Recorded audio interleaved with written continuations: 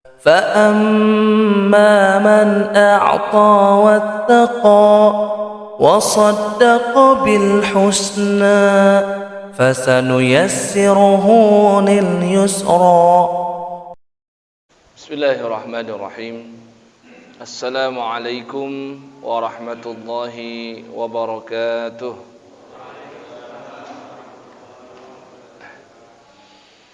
إن الحمد لله نحمده ونستعينه ونستغفره ونعوذ بالله من شرور أنفسنا ومن سيئات أعمالنا. من يهده الله فلا مضل له ومن يضلل فلا هادي له. اللهم صل على محمد وعلى آل محمد كما صليت على آل إبراهيم وبارك على محمد وعلى آل محمد كما باركت على آل إبراهيم في العالمين إنك حميد مجيد. اللهم سبحانك لا علم لنا إلا ما علمتنا إنك أنت العليم الحكيم. وعلمنا ما ينفعنا وانفعنا بما علمتنا. اللهم إنا نسألك علما نافعا ورزقا طيبا وعملا متقبلا. ربنا زدنا علما وارزقنا فهما آمين ya rabbal alamin. Thumma amma ba'du. Pada malam hari ini insyaallah kita akan lanjutkan hadis nomor yang ke-27, yang mana hadis ini berkaitan dengan tentang kiamah. Di pekan lalu sudah kita sampaikan tentang kiamah, tanda kiamah kubra, asyratus sa'atil kubra. Dan sebelumnya lagi juga sudah kita sampaikan asyratus sa'atis sughra, tanda-tanda kiamat yang kecil. Dan kita lebih fokuskan pada pembahasan tanda kiamat yang besar, yaitu tentang keluarnya Dajjal dan juga tentang turunnya Nabi Isa alaihi salatu wassalam. Maka setelah kita bahas tentang 10 tanda kiamat yang kubra, yang mana diakhiri oleh keluarnya api yang besar yang menggiring manusia menuju tempat berkumpulnya mereka, maka saat itulah, setelah itu terjadi kiamat. Ya. Nah, maka kejadian kiamat itu seperti apa akan disebutkan pada hadis yang kita bahas pada malam hari ini, yaitu adalah terjadinya tiupan sangkakala. Maka hadis ini diriwayatkan oleh Sayyidina Abu Hurairah radhiyallahu taala anhu, yang mana ia ceritakan Nabi sallallahu alaihi wasallam bersabda, "Ma bainan nafkhataini arba'un." Jarak antara dua tiupan sangkakala adalah 40. Rasulullah sallallahu alaihi wasallam bersabda, "Ma bainan nafkhataini arba'un." Jarak antara dua tiupan sangkakala itu adalah 40. Maka setelah Sayyidina Abu Hurairah bacakan kembali sabda Nabi sallallahu alaihi wasallam, beberapa sahabat dan beberapa tabi'in yang mendengar hadis tersebut, mereka bertanya kepada Abu Hurairah radhiyallahu taala anhu. Pertanyaan mereka adalah, arba'una yauman, apa yang dimaksud Nabi dengan 40? Apakah jarak antara tiupan sangkakala pertama dengan yang kedua itu 40 hari? Arba'una yauman? Qala abaitu. Abu Hurairah menjawab, abaitu. Aku tidak tahu. Aku tidak mau ngomong. Karena aku dengar dari Nabi sallallahu alaihi wasallam juga hanya arba'un saja, 40 saja, tanpa ada keterangan sedikit pun dari Nabi sallallahu alaihi wasallam apakah 40 hari atau 40 yang lain. Maka tidak puas dengan jawaban Sayyidina Abu Hurairah, mereka pun balik lagi bertanya kepada beliau. Maka mereka bertanya, arba'una syahran, apakah yang dimaksud 40 bulan? Maka lagi-lagi Abu Hurairah menjawab, abaitu. Aku tidak tahu. Ditanyakan lagi, arba'una sanatan, ataukah jangan-jangan yang dimaksud jarak antara tiupan sangkakala pertama dengan yang kedua itu adalah 40 tahun? Maka Sayyidina Abu Hurairah radhiyallahu taala anhu lagi-lagi menjawab, abaitu, aku tidak tahu, aku enggak mau ngomong, karena dari Nabi hanya arba'un saja tanpa ada keterangan sedikit pun 40 berapa. Kemudian kata Abu Hurairah, qala, Nabi SAW setelah mengatakan jarak antara tiupan pertama dengan tiupan kedua 40, Nabi lanjutkan hadisnya. Beliau bersabda, summa yunzilullahu minas sama'i ma'an. Kemudian setelah itu Allah turunkan dari langit, yaitu berupa air hujan. Ya, seperti saat ini sedang turun hujan. Allahumma sayyibanna nafi'an. Semoga Allah turunkan hujan yang bermanfaat untuk kita semua. Fayanbutuna kama tanbutul baqal. Setelah diturunkan hujan, maka fayanbutun, manusia yang sudah berada di bawah tanah atau sudah dikubur, tiba-tiba mereka menjadi tumbuh. Maksudnya adalah bangkit setelah turunnya hujan. Kama yanbutul baqal, dan bangkitnya itu seperti tanaman sayuran ketika tumbuh. Ya, yaitu setelah kena siraman air kemudian tumbuh, seperti itu maksudnya. Ya, ada benihnya terlebih dahulu. Maka Nabi terangkan benih pada manusia itu apa? Jika tanaman sayuran itu ada benihnya, itu berupa biji-bijian, setelah diturunkan hujan maka menjadi tumbuh. Maka Nabi berikan analogi, manusia juga demikian, setelah turun hujan maka mereka menjadi tumbuh dan bangkit, karena mereka pun juga punya benih. Maka Nabi terangkan, yaitu laisa minal insani syai'un illa yabla illa azman wahidan. Ya, yang mana maknanya tidak ada anggota tubuh pun dari manusia melainkan akan yabla. Yabla itu hancur, akan binasa, akan rusak. Illa azman wahidan, kecuali hanya satu bagian tulang saja yang tidak hancur. Ya, dilakukan apapun terhadapnya tidak akan hancur.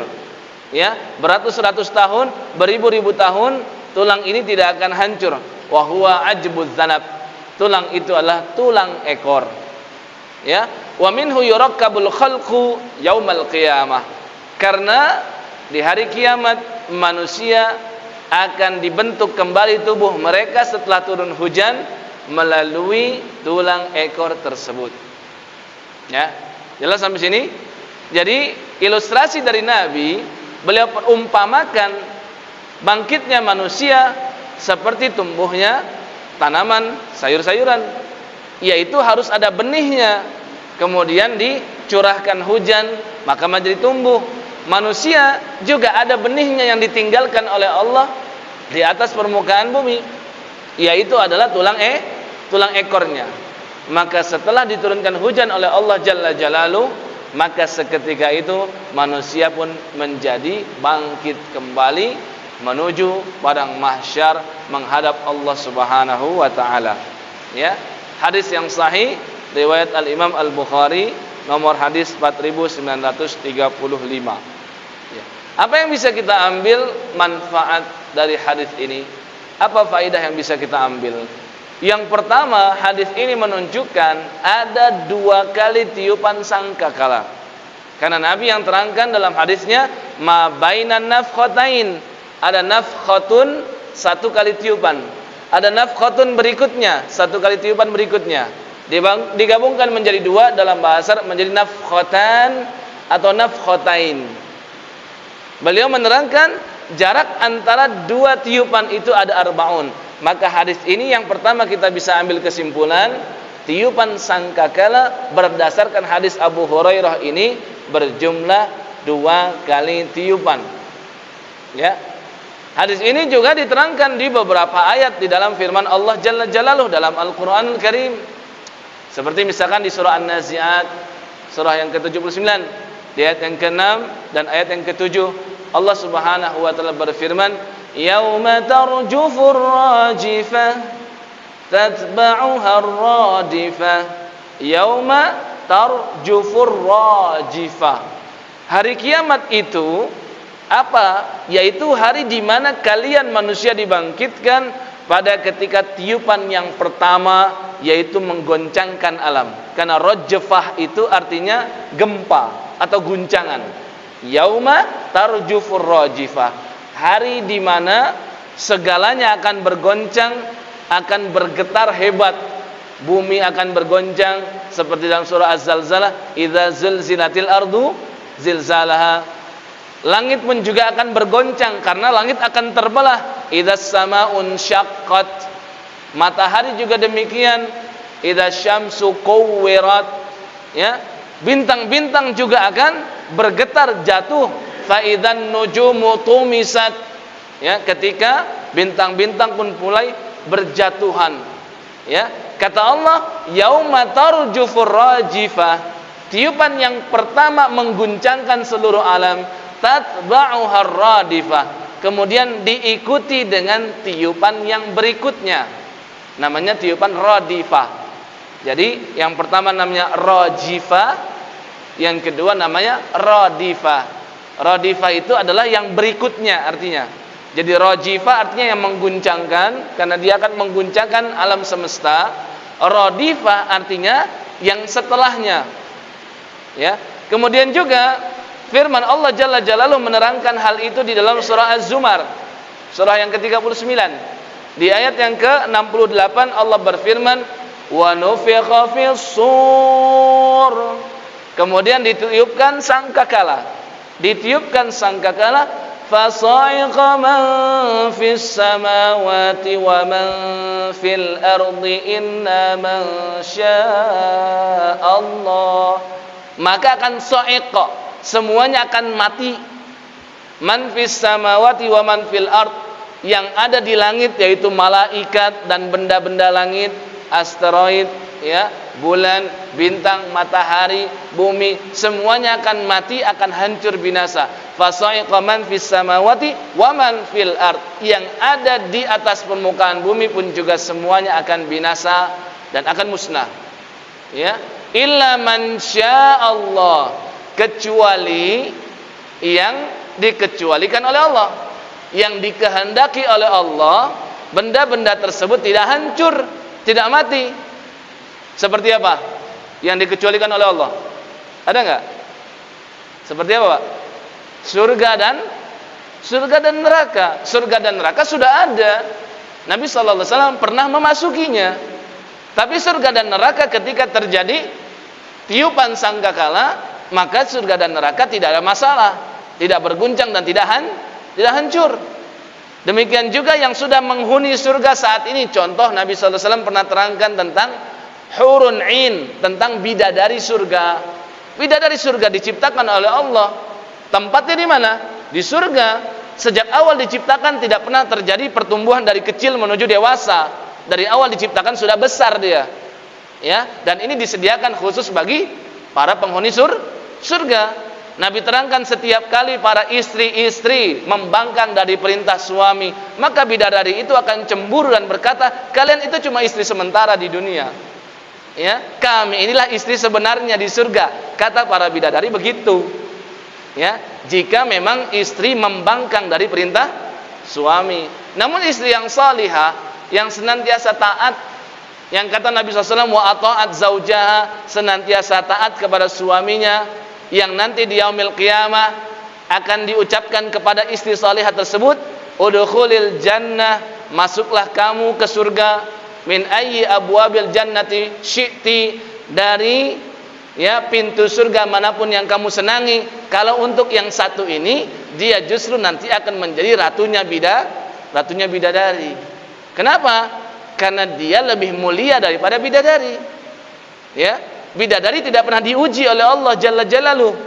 Wanita salihah diuji di dunia, diuji sabar, nurut atas perintah suami, diuji untuk menundukkan pandangan dari laki-laki yang bukan mahram, diuji untuk menutup aurat. Ya, banyak ujiannya, dan semuanya ujian itu mereka lakukan, mereka laksanakan, mereka jalani semuanya karena Allah. Maka itulah menyebabkan mereka menjadi mulia. Ketika masuk ke dalam surga, merekalah pemimpin para bidadari itu. Nah, inilah yang dimaksud dalam ayat ke-68 dari surah Az-Zumar, illa man sya'allah, kecuali orang-orang atau makhluk-makhluk yang Allah kehendaki.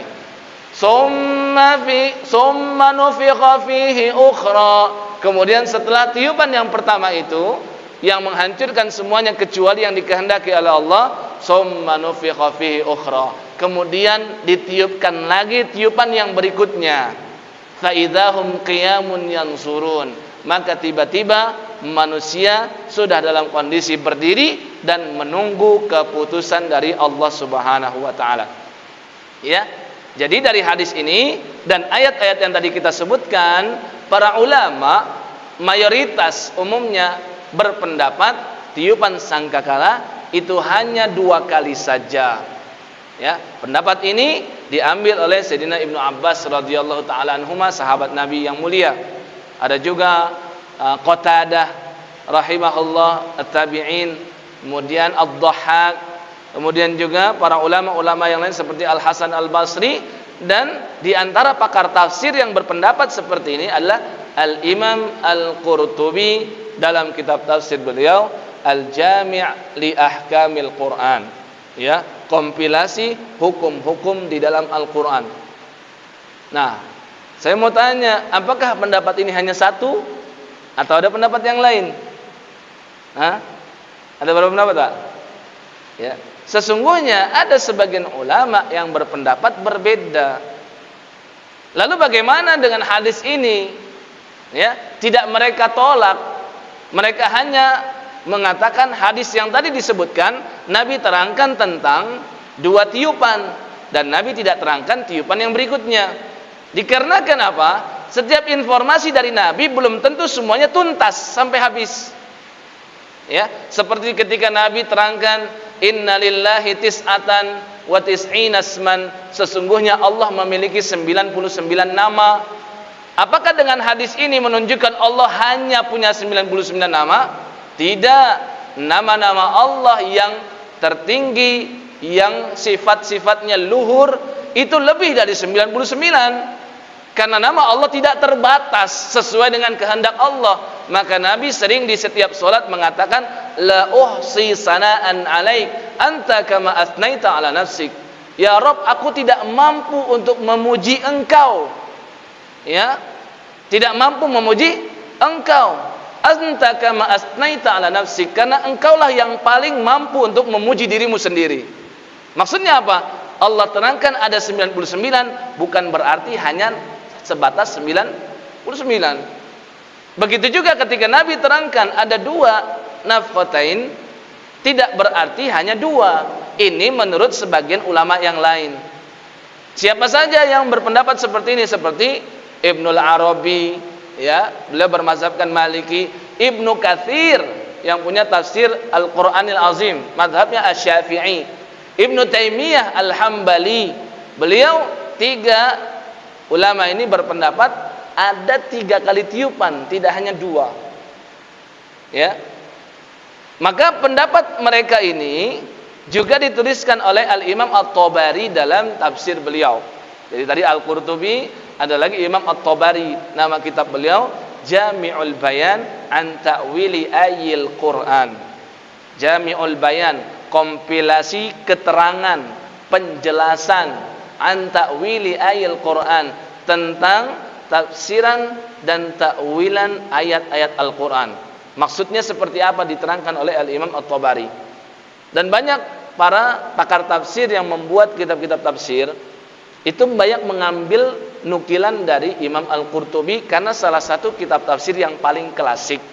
Dan Al-Imam At-Tabari itu adalah imam mazhab juga, hanya saja mazhab beliau tidak begitu langgeng, ya, sudah musnah, pengikutnya sudah menghilang, karena tidak sesemangat para murid-muridnya Imam Asy-Syafi'i, Imam Ahmad, Imam Malik, dan Imam Abu Hanifah ketika menyebarkan tentang metode istinbat hukum dari guru mereka. Imam At-Tabari juga imam mazhab. Nah, pendapat yang ini yang kedua mengatakan tiupan sangkakala itu berjumlah 3. Ya, Imam At-Tabari menyertakan hadis yang juga diriwayatkan dari Imam Abu Hurairah, dari sahabat Nabi Abu Hurairah, yang mana bunyinya tertulis dalam kitab tafsir beliau, ya, annahu qala li Rasulillah sallallahu alaihi wasallam, ya Rasulullah masur. Abu Hurairah bertanya kepada Nabi sallallahu alaihi wasallam, ya Rasul, apa yang dimaksud dengan as-sur? Kan tadi kan wa nufikha fis sur, ditiupkan sangkakala. Sangkakala itu bahasa kita, trompet yang besar. Ya. Tapi orang Arab juga awalnya ketika mendengar kata as-sur, mereka ingin tahu apa yang dimaksud sesungguhnya dengan as-sur, definisinya apa. Maka Nabi SAW menjawab pertanyaan Abu Hurairah, beliau menjawab qarnun. Ya, bentuknya itu mirip seperti tanduk. Karena kan orang zaman dulu membuat trompet yang ditiup, ya, untuk mengumumkan agar berkumpul orang atau pengumuman perang, itu kan dengan trompet yang terbuat dari tanduk yang besar, gitu kan. Nabi SAW memberikan ilustrasi kepada mereka, karena kan orang Arab itu nggak bisa baca tulis, Pak. Orang Arab itu, ya, kemampuan untuk menerka hadis Nabi itu terbatas. Maka Nabi sering memberikan perumpamaan yang mudah dipahami oleh akal mereka. Ya, kalau Nabi ada hidup di zaman sekarang, Nabi mungkin berikan perumpamaannya lain lagi. Ya, tapi yang sesuai dengan akal dan pikiran orang Arab saat itu, yang mana mereka adalah masyarakat yang masih terbelakang. Maka Nabi terangkan qarnun, yang dimaksud dengan sur di berbagai ayat di dalam Al-Quran dan di dalam sabda-sabda yang suka aku ucapkan, kata Nabi, itulah qarnun, bentuknya seperti tanduk. Wa kaifa huwa, ditanya lagi Nabi SAW oleh Abu Hurairah, tanduk yang seperti apa ya Nabi? Ya, maka Nabi SAW menjawab qarnun azimun yunfakhu fihi thalathu nafakhat. Nah, di sini hadis ini yang menerangkan 3 kali tiupan. Kata Nabi SAW, yaitu adalah tanduk yang sangat besar, ya. Kemudian ditiupkan tanduk tersebut sebanyak thalathu nafakhat, sebanyak 3 kali tiupan. Al-ula, kata Nabi SAW, yang pertama nafkhatul faza'. Faza' itu tiupan yang menakut-nakuti. Faza' itu menakut-nakuti. Jadi setelah tiupan yang pertama, manusia itu menjadi takut, lari. Ya, diterangkan dalam surah Al-Hajj ayat yang kedua, yauma tadhalu kullu murdi'atin amma arda'at wa tadau kullu zati hamlin hamlaha. Yang sedang menyusui, saking takutnya dia lari, maka dia lemparkan bayi yang sedang dia susui. Wanita yang sedang hamil juga dia tinggalkan janinnya. Seketika langsung dia melahirkan brojol di situ, karena dia takut bayinya ini menghalangi dia dari keselamatan. Dia lebih memikirkan dirinya sendiri, saking takutnya seperti itu. Ya, wa taran nasa sukara wa ma hum bisukara. Kamu akan menyaksikan manusia seolah mereka semua dalam kondisi mabuk, padahal mereka tidak mabuk. Maksudnya apa?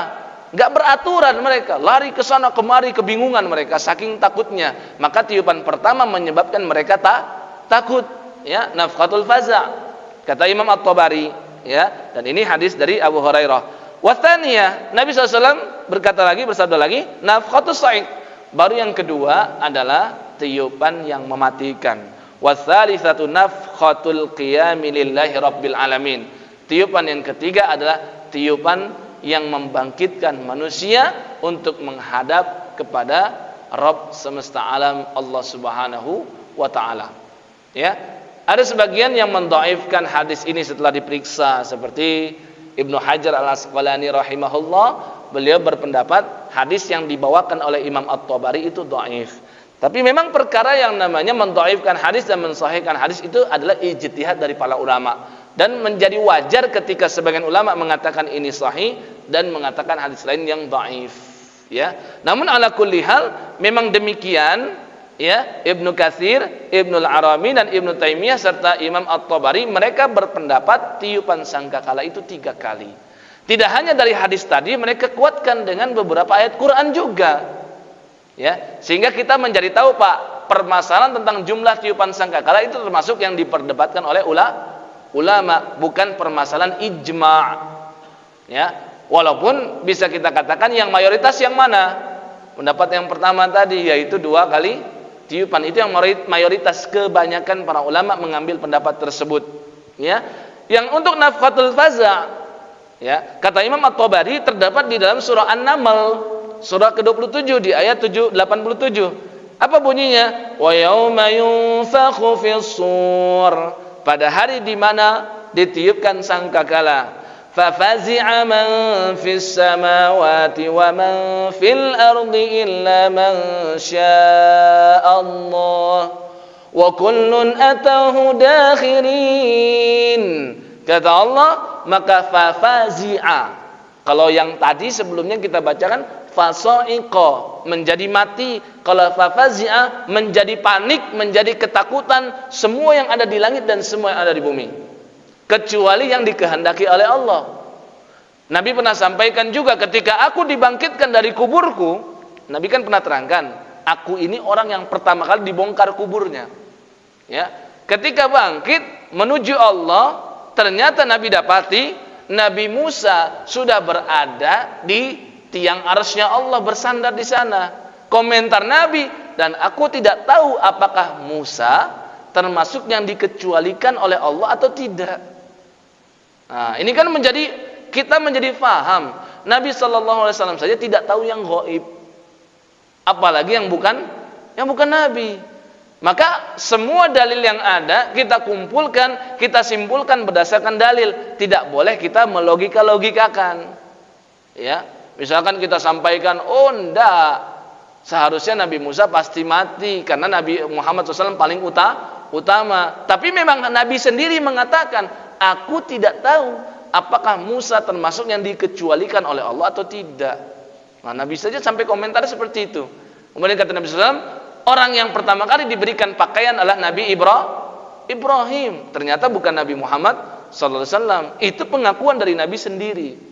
Ya. Nah, kemudian ya, wa kullun atauhu dakhirin, maka semuanya akan menghadap Allah dalam kondisi dakhirin. Dakhirin itu terhina, merendahkan diri di hadapan Allah. Secara lebih gamblangnya dijelaskan dalam sabda Nabi, itu dalam kondisi hufatan. Ya, hufatan itu tidak beralas kaki, uratan tidak berpakaian, ghurlan itu dalam kondisi tidak lagi dikhitan, tidak lagi disunat. Semuanya dikembalikan oleh Allah Subhanahu wa taala, kama bada'na awwala khalqin nu'iduh. Sebagaimana di awal diciptakan, maka seperti itu juga akan dibangkitkan. Ya, sedangkan yang kedua nafkhatus sha'iq yang tadi kita bacakan di surah Az-Zumar tadi di ayat yang ke-68, tidak perlu kita ulang. Sedangkan yang ketiga namanya nafkhatul ba'ats, yang disebutkan dalam hadis yang dinukilkan oleh Imam At-Tabari dalam kitab tafsir beliau tadi, nafkhatul qiyam lillahi rabbil alamin, tiupan yang membangkitkan untuk menghadap Allah. Maka nama tiupan yang ketiga nafkhatul ba'ats, ya, tiupan yang membangkitkan. Bagaimana ayatnya? Mereka ambil dari surah Yasin, surah yang 36 ayat 51 yang berbunyi, wa nufiqa fis suri fa idzahum minal ajdathi ila rabbihim yansinun. Ya, wa nufiqa fis sur, dan ditiupkan sangkakala, fa idzahum minal ajdathi ila rabbihim yansilun. Tiba-tiba mereka keluar dengan segera dari kuburan mereka menuju Allah Subhanahu wa taala. Nah, ini dua perbedaan ulama tentang berapa jumlah tiupan. Walaupun dalam hadis tadi kita bacakan dua kali. Kemudian yang ketiga, siapa malaikat yang meniupkan sangkakala tersebut? Siapa? Israfil. Sering kita dengar namanya Israfil. Ya, tapi sesungguhnya di dalam hadis-hadis Nabi sallallahu alaihi wasallam itu tidak ada penyebutan nama Israfil dengan tugasnya. Adapun yang disebutkan dengan tugas itu kebanyakannya hadis-hadis yang dhaif. Contoh misalkan Sayyidah Aisyah radhiyallahu taala anha pernah ditanya tentang doa iftitah yang biasa dibaca Nabi ketika sedang qiyamul lail atau salat malam. Maka diterangkan, Nabi baca Allahumma rabba Jibril wa Mikail wa Israfil. Ya Allah, Rabbnya, Tuhannya malaikat Jibril, Tuhannya malaikat Mikail, Tuhannya malaikat Israfil. Nah, ini disebutkan nama Israfil, tapi enggak ada keterangan apa tugas dari malaikat Israfil. Ya. Dan Allah fatiras samawati wal ard, alimal ghaibi wasyahadah, anta tahkum baina ibadika fima kanu fihi yakhtalifun, ihdini limakhtalifa fihi minal haqqi biiznik innaka tahdi man tasha'u ila siratim mustaqim. Kemudian Nabi membaca ta'awudz, kemudian Nabi membaca basmalah, kemudian Nabi membaca Al-Fatihah dan melanjutkan salat malamnya. Nah, di situ kan disebutkan nama Israfil tanpa ada keterangan tugas dia sebagai apa.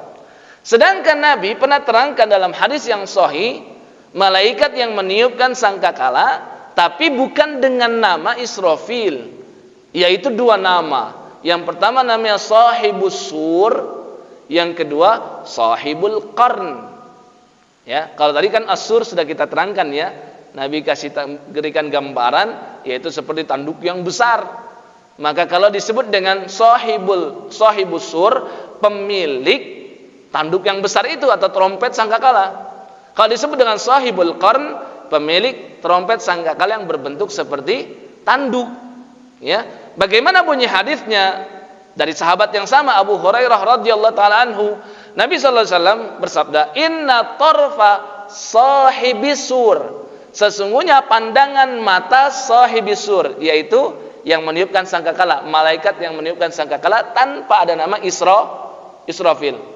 Ya, apa kata Nabi sallallahu alaihi wasallam? "Mudz bihi musta'id." Sejak ia ditugaskan untuk meniupkan sangkakala, sejak itu dia musta'id, selalu berjaga-jaga, enggak pernah ngantuk, enggak pernah tidur. Ya, bahkan apa? Yanzuru nahwal arsy. Dia arahkan pandangannya menuju arsy Allah ke atas. Ya, enggak mau dia ngelihat ke kanan, enggak mau dia ngelihat ke kiri atau ngelihat ke bawah. Kenapa? Makhafatan an yu'mar. Khawatir ketika dia diperintahkan untuk ditiup oleh Allah Jalla Jalaluhu, maka dia tidak sempat langsung meniup. Ya, tidak sempat langsung meniup. Kenapa? Karena harus menghadap ke Allah lagi pandangannya. Jadi dari awal diciptakan, dari awal ditugaskan, ini malaikat mendongak terus ke atas, Pak. Tuh, kita kan pegel gitu kan, bosan kan kita sudah sebutkan ya, karakteristik malaikat itu la yastahsirun, nggak pernah letih untuk melaksanakan tugas Allah, nggak pernah capek. Ya, kita pegel gini-gini lah minimal gitu kan. Ya, yang kedua la yasamun, tidak pernah jemu dan tidak pernah bosan. Itu bedanya ibadah malaikat, taatnya malaikat kepada perintah Allah dengan ibadah manusia yang bosan atau lelah. Qabla an yartadda ilaihi tarfuh. Takutnya ketika dia begini, ya Allah sudah perintahkan, akhirnya terlambat. Padahal mungkin terlambatnya hanya sekian detik saja. Ya, maka Nabi SAW sampaikan, ka'anna ainaihi kaukabani duryani. Ya, matanya malaikat Sahibus Sur ini seperti bintang di langit yang berkilauan. Ya, maksudnya sangat silau dan sangat indah. Ini yang pertama Sahibus Sur. Ada lagi Nabi sampaikan tentang Sahibul Qarn. Ketika Nabi terangkan kepada para sahabat, kaifa an'am. Sahabat itu terheran dengan Nabi. Beliau itu sudah diampuni dosanya. Beliau itu ibadahnya pasti diterima oleh Allah. Tapi kok ibadahnya itu enggak kendor-kendor gitu. Malah nanjak terus kurvanya. Lah kata sahabat, kita ini yang belum dijamin ampunan, surga belum jelas, ya. Kita itu kadang malas, kadang enggak. Maka Nabi terangkan, kaifa an'am. Bagaimana aku bisa berleha-leha? Bagaimana aku bisa senang-senang berada di dunia? Wa qadil taqama sahibul qarn. Sedangkan malaikat Sahibul Qarn tadi pemilik tanduk telah iltaqama. Iltaqama itu setelah mengulum. Al-qarna, dia telah memasukkan tanduk atau sangkakala ke dalam mulutnya. Ya. Wa wahana jabhatah, dan dia juga terus mendongakkan kepalanya. Wa asgha sam'ah, dan dia terus pasang telinga. Enggak pernah pakai handset, Pak. Ya, pokoknya betul-betul siaga banget. Siaga banget gitu. Ya. Siaga berapa tuh namanya ya kalau kayak gitu? Pokoknya siaga banget. Malaikat ini enggak pernah teralihkan pandangan dan hatinya, pikirannya juga demikian. Yantaziru an yu'mara an yanfakha fayanfukha. Karena dia menanti dan menunggu ketika Allah perintahkan untuk tiup, maka segera langsung ia tiup. Maka para sahabat bertanya kepada Rasul, kalau sudah demikian ya Rasul, apa zikir yang pantas untuk kami baca sering-sering? Jadi kalau mengingat tentang tiupan sangkakala, mengingat tentang kiamat, apa kiranya zikir yang pantas untuk kami baca ya Rasulullah? Maka Nabi SAW mengajarkan zikir yang paling pantas adalah hasbunallahu wa ni'mal wakil. tawakkalna 'ala Allahi rabbina. Ya, artinya hasbunallah wa ni'mal wakil. Apa artinya? Cukuplah Allah bagi kami sebagai wakil. Wakil itu apa? Wakil itu yang mengurusi segala urusan kami. Ya, kebutuhan kami. Rasa takut yang ada cukup Allah yang menghilangkan. Pokoknya semuanya Allah yang mencukupkan. Hasbunallah wa ni'mal wakil. Ya, kemudian apa? Tawakkalna 'ala Allahi rabbina. Kami bertawakal kepada Allah Rabb kami. Ini zikir yang bagus untuk dibaca, diamalkan. Ya, saya ulangi, hasbunallahu wa ni'mal wakil, tawakkalna 'ala Allahi rabbina. Kami bertawakal kepada Allah sebagai Rabb kami. Ini dua hadis menyebutkan enggak ada satupun namanya Israfil, tapi sahibus sur dengan sahibul qarn. Ya. Nah, tapi Ibnu Hajar Al-Asqalani mengatakan, meskipun dalil-dalil yang menunjukkan nama Israfil sebagai peniup sangkakala itu hadis yang dhaif, tapi hadis itu begitu masyhur, banyak dinukilkan oleh para ulama. Sehingga apa? Para ulama di dalam kitab mereka kebanyakannya mereka berijma'. Nah, ini menjadi kita tahu ijma' itu tidak selalu berangkat dari dalil yang pasti sahih. Ya, biasanya kan kita ketahui ijma' itu dari Quran, dari As-Sunnah. Sudah jelas dalilnya, para ulama sepakat dari generasi sahabat, generasi tabi'in dan generasi tabi'ut tabi'in, maka jadilah namanya ijma'. Ya, tapi ternyata ada ijma' yang berangkat dari hadis yang dhaif, tapi banyak para ulama menukilkan dan sudah diyakini oleh para ulama, sehingga dari hadis-hadis tersebut ditetapkan ya sebagai ijma'. Imam Ibnu Hajar dalam Fathul Bari beliau mengatakan demikian. Imam Al-Qurtubi juga dalam kitab beliau At-Tazkirah mengatakan demikian. Jadi kalau ada yang mengatakan nama malaikat yang meniupkan sangkakala Israfil, tidak ada masalah. Karena itu sudah ijma', ya. Kemudian yang keempat yang bisa kita ambil dari hadis ini adalah cara Allah menghidupkan manusia. Itu mirip sekali dengan cara Allah menumbuhkan tumbuhan, yaitu diawali dengan turunnya hujan. Coba Bapak Ibu kalau lihat di dalam Al-Quran kisah-kisah tentang Allah menurunkan air hujan, kemudian Allah tumbuhkan tumbuh-tumbuhan, baik pohon yang rindang, buah-buahan, ya, kebun yang luas dan lain sebagainya. Umumnya setelah kisah itu Allah akan ceritakan tentang hari berbangkit. Seolah ini menjadi isyarat bagi kita semua bahwasanya bangkitnya kita itu seperti tumbuhnya tumbuh-tumbuhan atau pepohonan, yaitu diawali dengan air hujan terlebih dahulu. Ya. Sering enggak membaca surah An-Naba? Wa anzalna minal mu'sirati ma'an thajjaja, ya kan? Dan kami turunkan minal mu'sirat dari awan-awan. Ma'an, air hujan yang thajjaja. Yang apa? Yang lebat, yang turunnya deras. Apa kata Allah? Linukhrija bihi habban wa nabata. Dengan air hujan itu kami akan keluarkan habban, ya, biji-bijian, wa nabata, dan tumbuhan, ya, wa jannatin alfafa, jannat dan juga jannat. Jannat itu apa? Kebun-kebun yang rindang. Kemudian setelah itu apa? Allah berbicara, inna yaumal fasli kana miqata yauma yunfakhu fis suri fatatuna afwaja. Apa kata Allah? Inna yaumal fasli, sesungguhnya hari keputusan. Yang dimaksud hari kiamat. Kana miqata, sudah ditentukan sejak dulu, Allah yang Maha tahu. Yauma yunfakhu fis suri fatatuna afwaja, hari di mana Allah memerintahkan Israfil untuk meniupkan sangkakala, fatatuna afwaja, maka kalian manusia akan datang menghadap Allah afwaja dalam kondisi berbondong-bondong bersama-sama. Nah, kan begitu urutannya. Cerita tentang turun hujan dulu, cerita tentang ditumbuhkan tumbuh-tumbuhan, baru setelah itu Allah ceritakan tentang hari kebangkitan untuk manusia.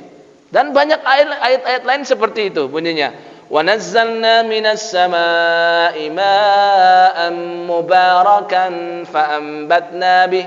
Dan kami turunkan dari langit air hujan yang mubarakan, yang memberikan keberkahan. Hujan itu berkah. Maka tadi bacaan doanya shayyiban dan nafi'an. Ya Allah, turunkanlah shayyiban, hujan yang nafi'an, bermanfaat. Karena kalau sudah berkah pasti memberi manfaat. Ya. Nah, kemudian kata Allah, fa'ambatna bihi jannatin wa habbal hasid. Dengan air hujan tersebut kami tumbuhkan jannat, yaitu kebun-kebun, wa habbal hasid, dan biji-bijian yang bisa dipanen. Ya, beras, gandum, jagung, dan lain sebagainya. Wan nakhla basiqatil laha tal'un nadid rizqan lil ibadi wa ahyayna bihi baldatan maita kadzalikal khuruj. Ya, yang tadi saya sampaikan.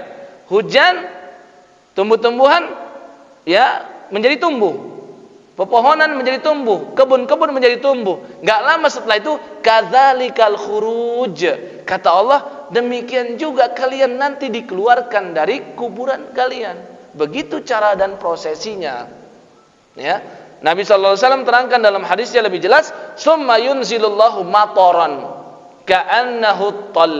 Kemudian Allah turunkan air hujan, dan air hujannya itu at-tal. Tal itu adalah air hujan yang rintik-rintik, enggak begitu deras. Ya, fatan butu minhu ajsadun nas. Maka dengan hujan tadi seluruh tubuh manusia menjadi tumbuh, bangkit. Ya, summa yunfakhu fihi ukhra, ditiupkan sangkakala berikutnya, fa idahum qiyamun yanzurun. Tiba-tiba mereka berdiri dan menunggu keputusan dari Allah. Ya, poin yang terakhir, yang kelima yang bisa kita ambil dari hadis ini, Nabi terangkan tentang satu anggota tubuh manusia yang ada pada ajbul zanab. Ya, yang dimaksud bukan tulang ekornya betul yang tidak musnah. Karena kalau kita bongkar kuburan yang sudah ada ribuan tahun lalu, kalau diperiksa ya nggak ada yang tersisa lagi. Ya, tulangnya hilang, habis. Ya, rambut juga demikian. Kan tulang dan rambut termasuk yang lama gitu sirnanya. Kalau kulit, daging itu udah habis semua. Ya, diperiksa tulang itu udah nggak ada. Lalu apa yang dimaksud Nabi dengan ajbul zanab, tulang ekor? Yang dimaksud adalah sel yang ada di tulang ekor yang paling ujung tadi. Ya, seorang pakar sains diceritakan. Ini sudah banyak ini kisah ini. Ya, dinukilkan dari berbagai media dan juga berita-berita. Seorang ilmuwan dari Jerman, Hans Sperman, itu pernah mencoba uji coba itu tulang ya dari manusia, dari hewan, dibakar, direbus, dia dengan derajat Celcius yang tinggi, dengan lama direbus atau dibakarnya. Setelah diperiksa, selnya enggak juga mati. Bahkan bisa dikaitkan dengan tulang ekor pada hewan, manusia dengan hewan. Artinya bisa mengsinkron, masih hidup lah intinya begitu. Sel itu tidak mati. Jutaan tahun mungkin tulangnya semua habis, tapi sel itu tidak pernah habis. Dan kita tahu kan manusia asalnya dari sel, ya kan? Berkembang dari stem cell, itu kan sel induk, kemudian berpecah jadi sel darah, sel daging, dan seterusnya, sehingga menjadi tubuh seperti ini. Demikianlah cara Allah menghidupkan kembali manusia. Allahu a'lamu bis-shawab.